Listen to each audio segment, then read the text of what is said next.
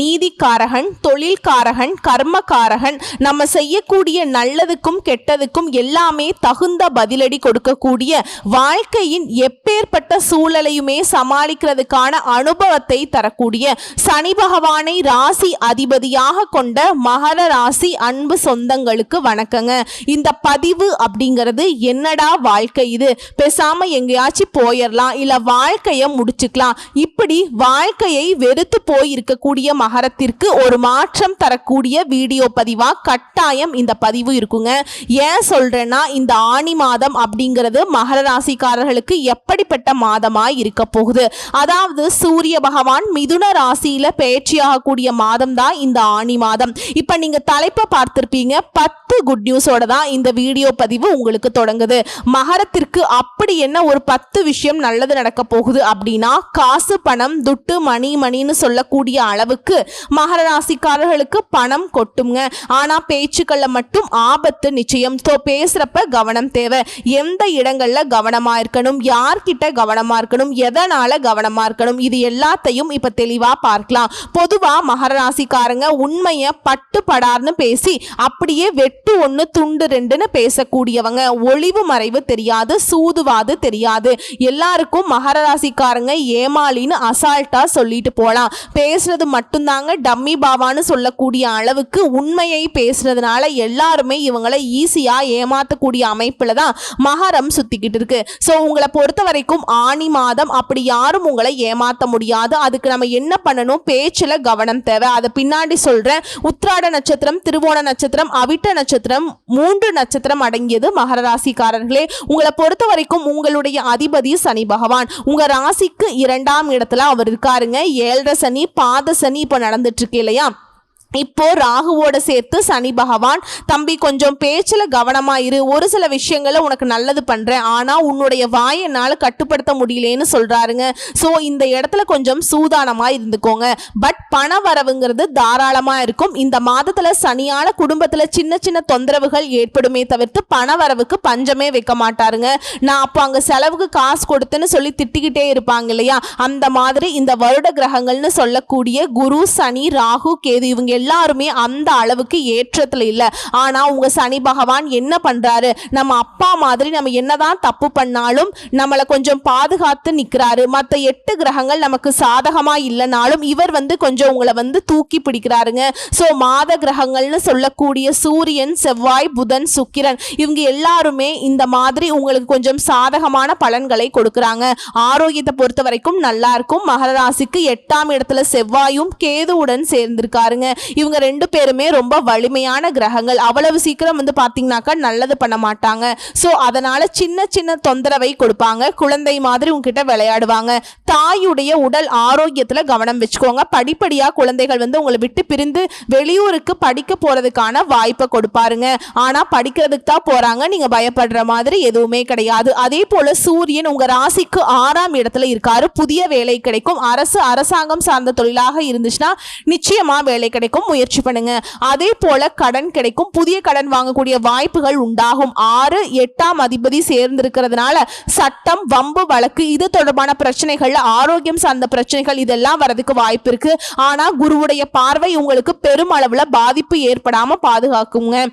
8ஆம் இடத்துல செவ்வாய், கேது இருக்கிறதுனால ஆரோக்கியத்துல இவங்க கை வைக்கிறாங்க. இருந்தாலும் ஏற்றம் உண்டு. குழந்தைகளால வரக்கூடிய சின்ன சின்ன பிரச்சனைகள் மறையக்கூடிய வாய்ப்பு இருக்கு. குழந்தைகள் மூலமாக செலவுகள் வரும், அது பார்த்து சமாளிச்சுக்கலாம். இருந்தாலும் திரும்பவும் சொல்றேங்க, சுக்கிரன் இருக்காரு, குரு இருக்காரு, உங்களுக்கு பெரிய ஏற்றம் உண்டாகும். குழந்தைகளால பெருமைகள் உண்டாகும். புகழ், பதவி, உயர்வு, பொறுப்பு, அந்தஸ்துன்னு எல்லாமே கிடைக்கும். முயற்சிகள் வெற்றியை கொடுக்குங்க. குழந்தை பாக்கியத்துக்காக ஏங்கிட்டு இருக்கவங்களுக்கு அந்த யோகம் இப்ப கிடைக்கும். அதே போல ஏதாவது ஒரு உடல் ஆரோக்கிய தேவைக்காக சிகிச்சை எடுத்துட்டு இருக்கீங்க அப்படின்னா அதுல ஏற்றம் உண்டாகும். முயற்சிகள் அனைத்திலுமே வெற்றி பெறக்கூடிய வாய்ப்பு இருக்கு. இதுல 100க்கு 95% சாதகமா இருக்கு. அந்த 5% கொஞ்சம் கவனமா இருங்கன்னு சொன்னேன் இல்லையா, அந்த கவனமா இருக்கக்கூடிய இடங்களும் உங்களுக்கு சாதகமா இருக்கு. தினமும் ஏதாவது ஒரு கோயிலுக்கு போயிட்டு வாங்க. அப்படி முடியாத பட்சத்துல மகரம் சனிக்கிழமைகள்ல அருகில் இருக்கக்கூடிய ஏதாவது ஒரு நவ கிரகங்கள் இருக்கக்கூடிய கோயிலுக்கு போயிட்டு பச்சரிசி பச்சரிசி நெல்லை வந்து தானமா கொடுக்கறது நல்லதுங்க. அதை நீங்க கோயிலுக்கு கொடுத்தாலும் சரி, இல்ல வரக்கூடிய ஏழை எளிய மக்களுக்கு யாராவது பார்த்து நீங்க தானம் கொடுத்தாலும் சரி, சிறப்புங்க. ஆனா மகர ராசி எல்லா விஷயத்திலயுமே கொஞ்சம் கூடுதல் கவனம் எடுத்துக்கணும். எந்த வேலையா இருந்தாலும் சரி அலைச்சல் இருக்கக்கூடாது. ஒரு வேளை நீங்க வந்து ஒரு முதலாளி கீழே வேலை செய்றீங்க, இல்ல வந்து தனியார் துறையோ அரசாங்கத்துறையோ மேல் அதிகாரிகளுக்கு கீழே வேலை பார்க்குறீங்க அப்படின்னா யாரையுமே பகச்சிக்காதீங்க. அதே போல பணம் சம்பந்தப்பட்ட விஷயத்துல ரொம்ப கவனமா இருக்கணும். கொடுக்கல் வாங்கல்ல கராரா இருந்துக்கோங்க. ஆரோக்கியத்துல கவனம் வச்சுக்கோங்க. எந்த இடத்துலயுமே முன்கோபத்தை வச்சிடாதீங்க. அனாவசியமா பேசுறதுமே குறைச்சுக்கோங்க. இதோட வாரந்தோறும் வெள்ளிக்கிழமைகள்ல வாராகி அம்மனை வழிபாடு செய்யுங்க. வந்த கஷ்டம் வரக்கூடிய கஷ்டம் எல்லாத்தையுமே அந்த அம்மன் விலக்கி வைப்பாங்க. இதுல உத்தியோக பணிகள்ல இருக்கவங்க பயணங்கள் போக வாய்ப்பு இருக்கு. அதே போல வண்டி வாகனத்துல செல்லும் போது கவனம் தேவை. வேலை செய்யக்கூடிய இடங்கள்ல உங்களுக்கு இருந்து வந்த மன வருத்தங்கள் நீங்கும். தொழில் வியாபாரத்தில் இருக்கவங்களுக்கு வாடிக்கையாளர்கள் கிட்ட நிதானமாக பேசி அனுசரிச்சு நடந்துக்கோங்க. அதுதான் நமக்கு நன்மையை கொடுக்கும். நீங்க எதிர்பார்த்த பணம் கைக்கு வரும். குடும்பத்துல ஏதாவது ஒரு வகையில திடீர்னு சின்ன சின்ன சண்டை சச்சரவு வரதுக்கு வாய்ப்பு இருக்கு.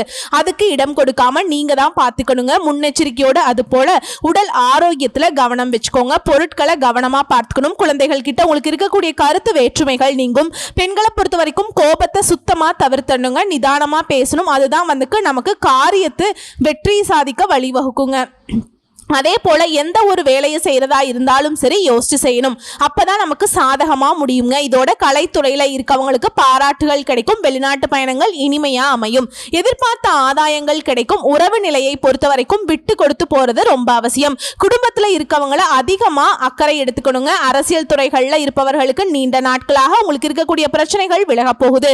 திடீர் செலவுகள் ஏற்பட்டாலும் சிக்கனமான நடவடிக்கை அது வந்து உங்களுக்கு பாதுகாப்பு கொடுக்குங்க. உழைப்புக்கேற்ற முக்கியத்துவம் கிடைக்கும்.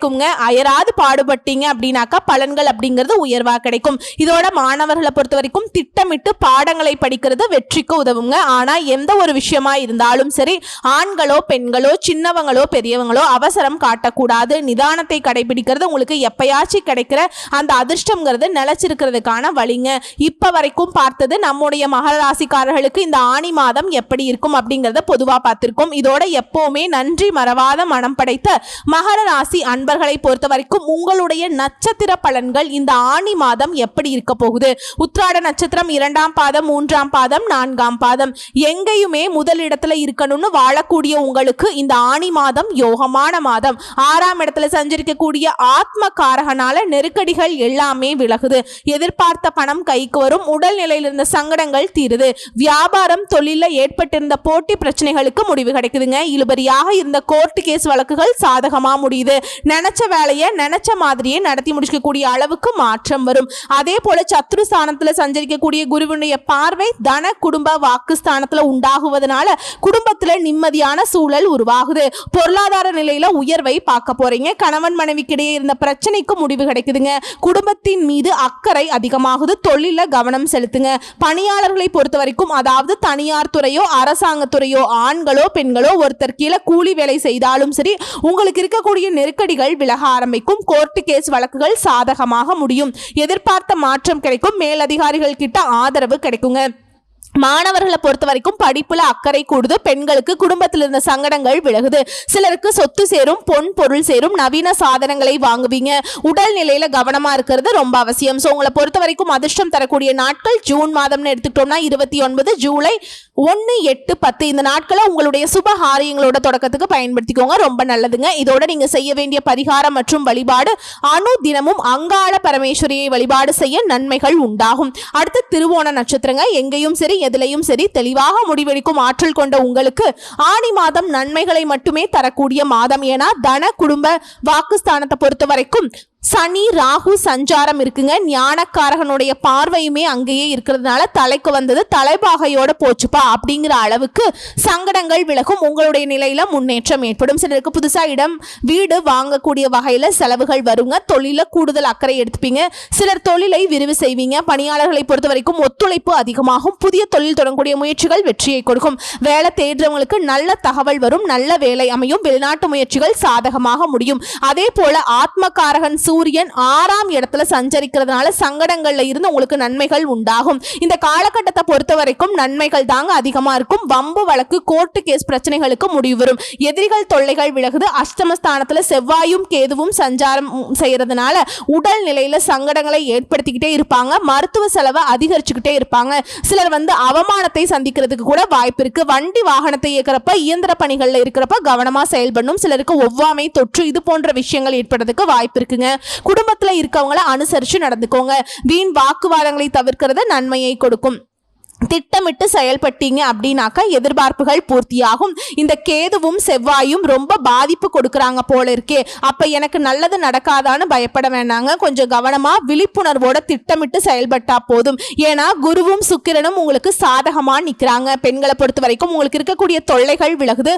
குடும்பத்துல நிம்மதி உண்டாகுது. பணப்புழக்கம் அதிகமாகுதுங்க.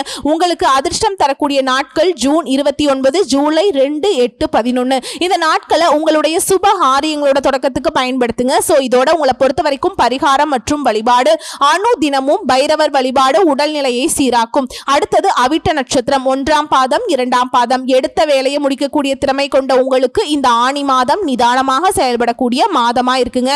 ஏன்னா அஷ்டமஸ்தானத்துல கேது, தைரிய வீரிய ஸ்தானத்துல செவ்வாய். நீங்க எதிர்பாராத சங்கடங்களை நெருக்கடிகளை சந்திக்கக்கூடிய அளவுக்கு உடல்நிலையில பாதிப்பை உண்டாக்குறாங்க. கடன் தொல்லையை அதிகரிக்கிறாங்க. வீண் பிரச்சனையை கொண்டு வருவாங்க. கோர்ட்டு கேஸ் வழக்குகளை உண்டாக்குவாங்க. ஆனா ஆரம்பத்துல சஞ்சாரம் பண்ணக்கூடிய சூரியன் உங்களை பாதுகாக்கிறாருங்க. அரசு வேலைக்கு முயற்சி பண்ணா முயற்சிகள் உங்களுக்கு சாதகமாக முடியும். வியாபாரத்துல முன்னேற்றத்தை ஏற்படுத்துறாங்க.